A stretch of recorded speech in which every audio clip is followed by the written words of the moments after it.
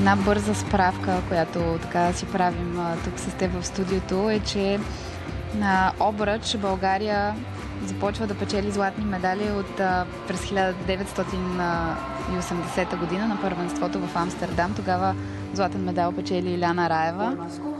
На обръч продължаваме до 1988 с Биянка Панова.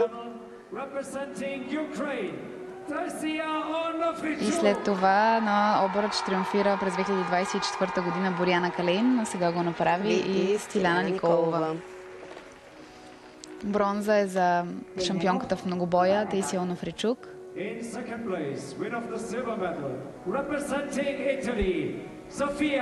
Сребърното отличие за София Рафаели от Италия.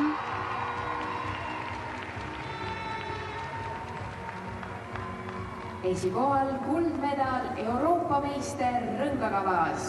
In first place, winner of the gold medal and European champion 2025. И европейската шампионка на обръч за 2025 година се казва Стиляна Николова от България.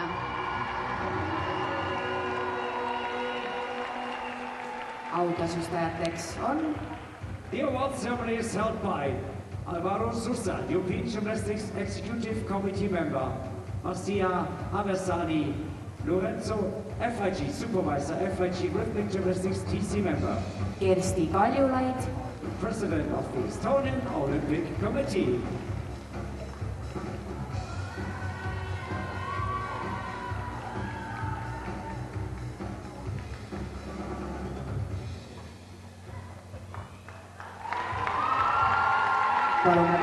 Браво сили се чуват от трибуните на Унибет Арена в Талин.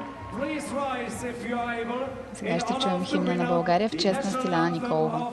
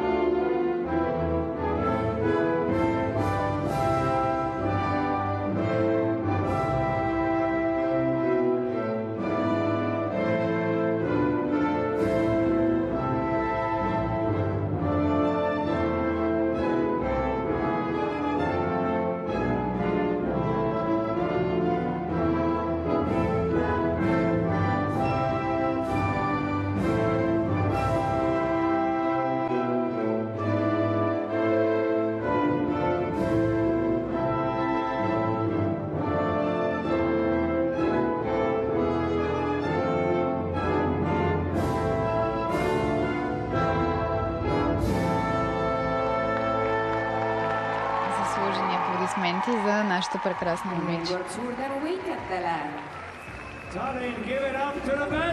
Поздравления и за другите две медалистки. Наистина направиха една страхотна битка.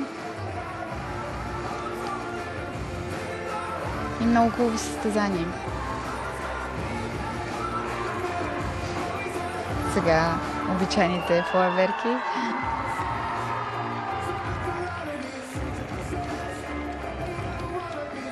И конфети от Луиджи.